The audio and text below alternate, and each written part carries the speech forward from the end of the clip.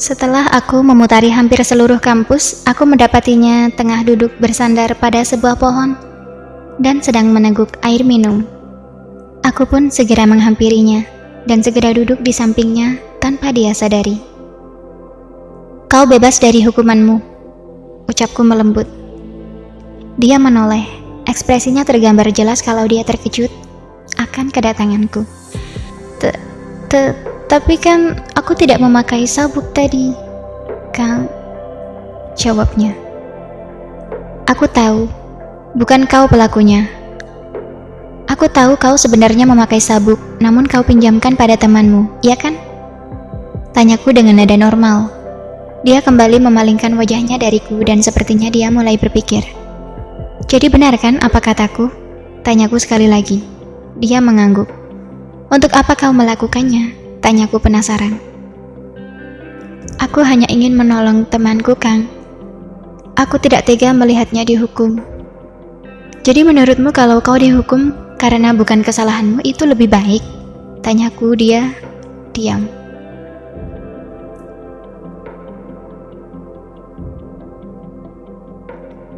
"Dengarkan aku. Menolong itu boleh-boleh saja. Tapi kalau menolong untuk hal seperti ini, itu salah. Kau justru berbuat jahat karena telah membiarkan seseorang tidak dapat mempertanggungjawabkan kesalahannya, dan malah membiarkanmu yang dihukum. Artinya, kau tidak mendukung kedisiplinan di sini. Jadi kakak tegaskan padamu, tolong menolonglah untuk hal yang baik," kataku. "Iya, Kang," jawabnya. "Oh ya, kenapa kau memanggilku Kang, bukan Kak?" Tanyaku yang mulai penasaran. "Lebih mudah untuk diucapkan Kang," jawabnya. Oke. Kalau begitu sekarang panggil saja aku dengan Kakang Satria. Lalu siapa namamu?" Ujarku memperkenalkan diri. "Namaku Ayu, Kak," jawabnya. "Nama yang bagus. Kau tinggal di mana?" Tanyaku. "Aku tinggal di panti dekat SMA ku dulu, Kang," jawabnya lirih. "Memangnya kemana orang tuamu?" Tanyaku. "Aku tidak tahu, aku sudah di panti sejak kecil, dan aku tidak tahu tentang orang tuaku." "Oh, maaf, karena aku telah lancang menanyakan hal itu padamu." Aku menyesal telah menanyakan hal pribadinya itu, dan dia membuatku merasa bersalah karena tidak merespon sama sekali permintaan maafku. "Ayu," panggilku lirih. Dia pun menoleh. "Kenapa, Kang?" "Maaf ya, aku telah membuatmu bersedih." "Tidak, Kang, aku tidak sedih kok," jawabnya, dan kulihat dia mengusap pipinya. Aku tahu dia tadi menangis saat aku menanyakan orang tuanya. Aduh, semakin membuatku tidak tega melihatnya, melihat seorang gadis menangis karenaku. "Mulai sekarang kita berteman. Kau bisa ceritakan apa saja padaku. Akan kudengarkan segalanya yang kau ceritakan," ujarku. Ayu menoleh padaku. Ayu mengangguk pasti menjawabnya. "Kang, aku tidak mau berteman denganmu. Kau itu galak, tidak berperasaan, jarang senyum, dan sulit memaafkan orang lain." Aku kaget mendengar Ayu berkata begitu. Ada sedikit rasa kesal dalam hati karena ucapannya. Namun entah kenapa aku tidak marah. Tidak seperti biasanya. Aku marah bila orang lain yang mengatakan itu, dan orang lain itu membicarakan aku di belakang, tidak langsung to the point seperti Ayu. Dia sangat jujur, dan aku sangat kagum dengan itu. Aku tersenyum padanya. "Kenapa kau tersenyum, Kang?" Ayu terlihat penasaran. "Kau itu jujur. Aku senang dengan kejujuranmu. Aku jadi semakin ingin berteman denganmu, Ayu. Mulai sekarang, jangan pendam perasaanmu sendiri. Aku akan ada di sampingmu."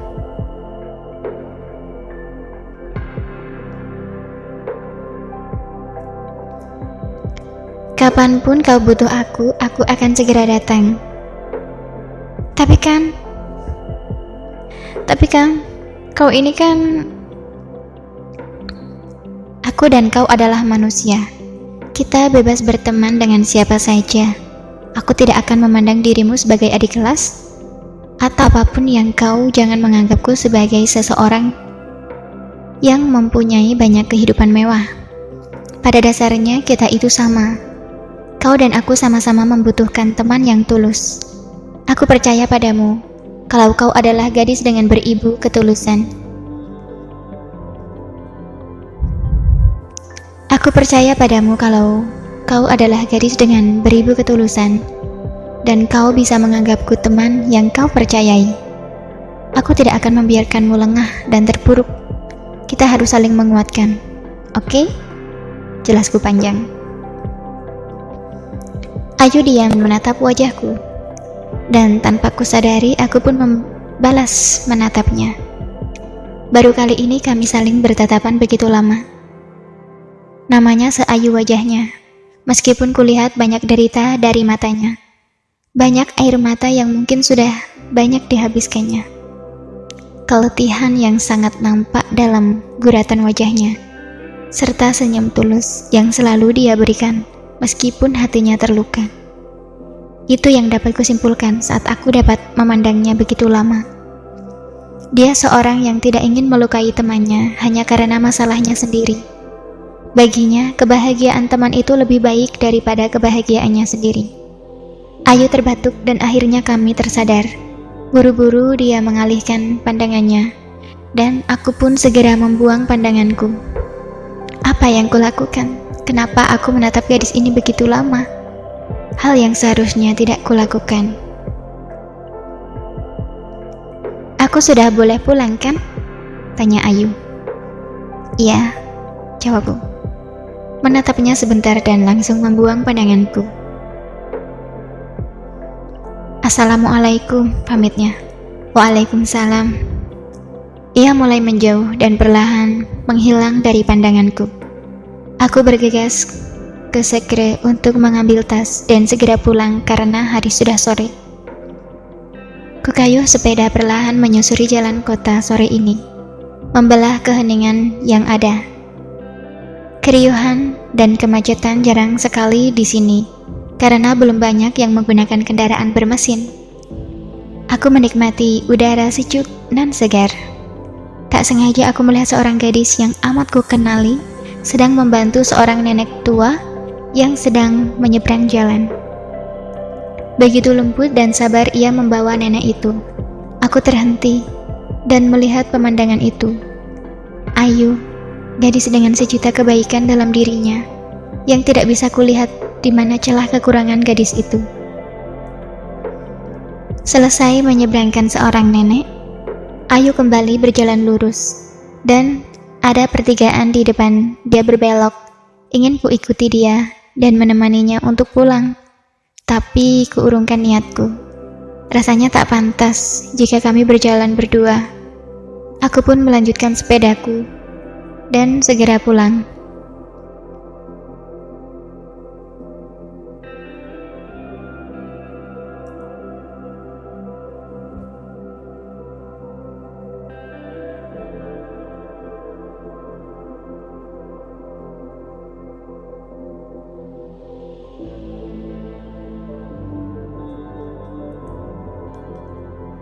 Sampai di rumah, aku disambut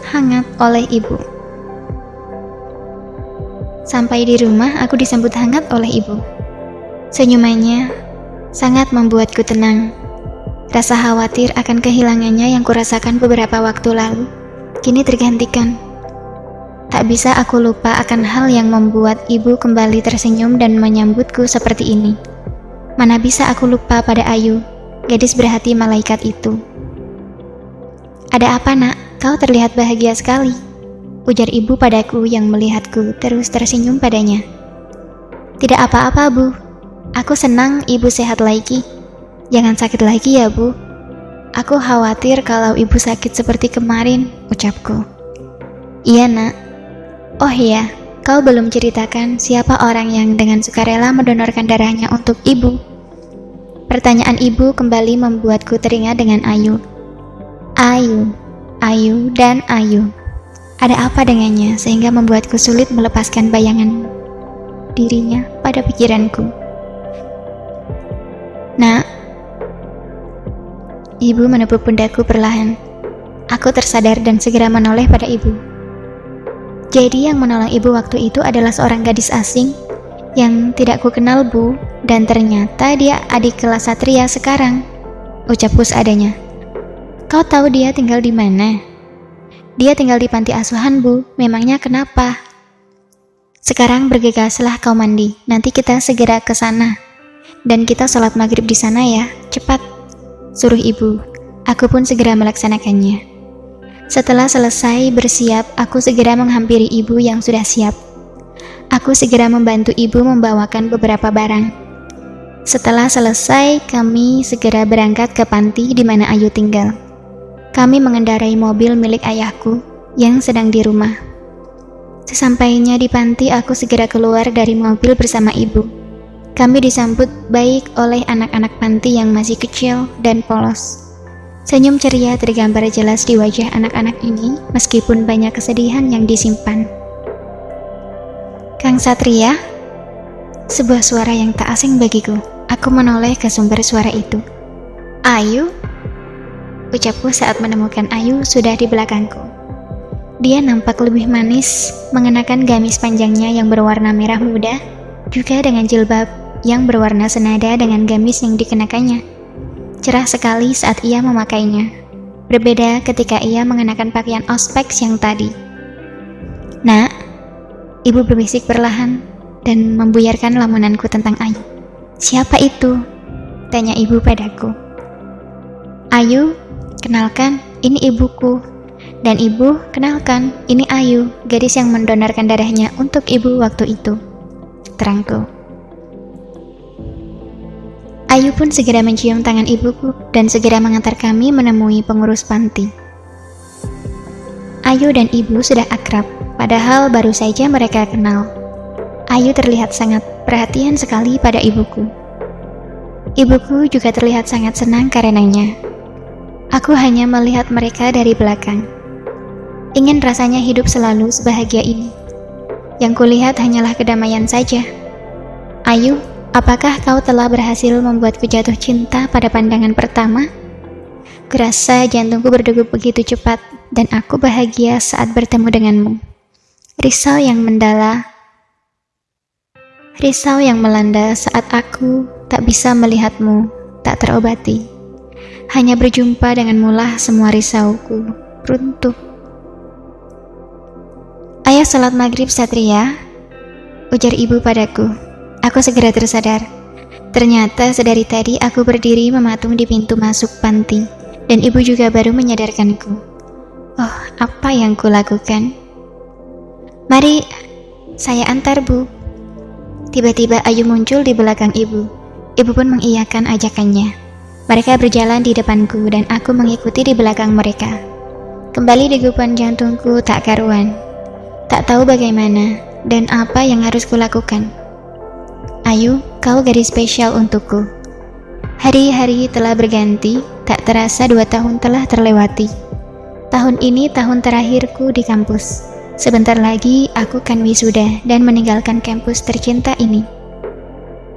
Tak bisa kulukiskan bagaimana sedihnya aku harus meninggalkan semuanya, termasuk gadis itu, Ayu.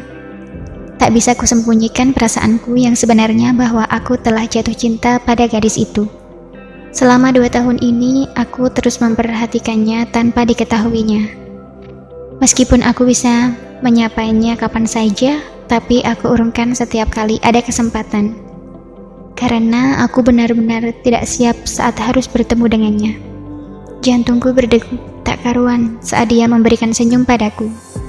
Dan karena itu aku selalu menghindar ketika ada kesempatan yang datang. Hari ini aku datang ke kampus untuk mengurusi beberapa hal sebelum wisuda. Sebelumnya aku telah menyelesaikan sidang skripsiku. Tak kulihat Ayu hari ini. Biasanya dia ada ketika aku ada. Ku coba mencarinya ke seluruh wilayah kampus, namun hasilnya nihil. Sedang mencari siapa kau? Tiba-tiba suara Wiji, teman satu angkatanku, membuatku terhenti sebentar. Aku menoleh padanya. Apa kau melihat Ayu? Tanyaku memberanikan diri. Barangkali Wiji mengetahui di mana Ayu. Ayu anak PAI kan? Yang dulu pernah kita hukum? Tanya Wiji memastikan. Aku mengangguk. Kenapa kau mencarinya? Aha, aku tahu. Kau jatuh cinta padanya kan? Bukannya menjawab, Wiji malah menggodaku. Kalau kau tidak tahu, jawab saja. Tidak tahu, jangan meledekku seperti itu. Jawabku dan hendak pergi. Iya, maaf, jangan baper gitu dong. Kata adikku yang satu kelas dengan Ayu. Katanya Ayu sedang sakit. Ucapan Wiji menghentikanku. Ku menoleh padanya. Sakit? Sakit apa dia? Apa sekarang dia di rumah sakit? Kata adikku, dia di rumah sakit sudah seminggu yang lalu. Apa? Seminggu yang lalu? Aku terkejut begitu mengetahui kabar tersebut. Segera saja aku berlari menuju sepedaku. Dan ku kayuh secepat sepedaku agar cepat sampai di rumah sakit.